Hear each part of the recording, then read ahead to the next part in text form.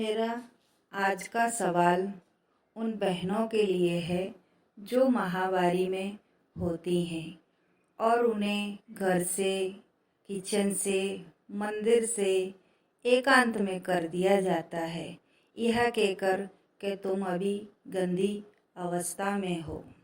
जब बहनें माहवारी के दिनों में से गुजर रही होती हैं तब उन्हें आप सबकी मदद की ज़रूरत होती है, ना कि उन्हें एकांत में डाल देने की। कहीं कहीं तो मैंने देखा है कि उनकी पीड़ा समझने की बजाय उनसे ऐसा व्यवहार किया जाता है कि पता नहीं उन्होंने क्या गुनाह कर दिया हो। मुझे तो ये समझ में नहीं आता कि ऐसी प्रथा बनाई किसने है, जो घर घर में लोग उसे पकड़ के बैठे हुए हैं।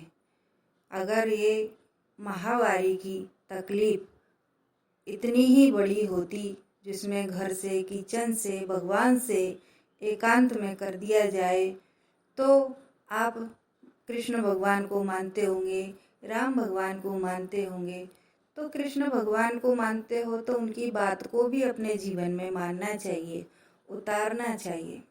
आपको याद होगा जब द्रौपदी को चीरहरण के लिए सभा में लाया गया, तब द्रौपदी भी माहवारी के दिनों से गुजर रही थी और उसके साथ जो हुआ वो तो आप सभी को पता ही है।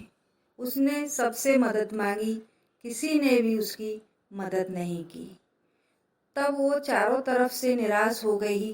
भले ही वो माहवारी के दिनों में थी, तब उसने कृष्ण भगवान को पुकारा था, मन से पुकारा था, दिल से पुकारा था, सच्चाई से पुकारा था। और भगवान को सच्चे दिल से जानने के लिए सच्चे मन से ही पुकारना जरूरी है। ये जो बाहर के हम आडंबर किया करते हैं वो ठीक है, पर वो नहीं भी किया तो इतना कोई ज़रूरी नहीं है। बात मन की और मन से जुड़े परमात्मा की हो रही है।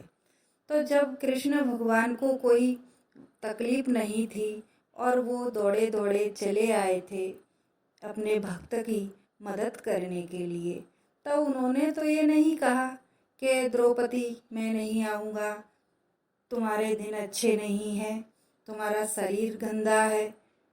जब भगवान आ सकते हैं, भगवान को कोई तकलीफ़ नहीं है, तो हमें क्यों इतनी तकलीफ़ होती है। हमें भी अपनी सोच को बदलना चाहिए, अपने विचारों को बदलना चाहिए और आगे बढ़ना चाहिए। अभी समय बहुत आगे बढ़ चुका है। ओम शांति।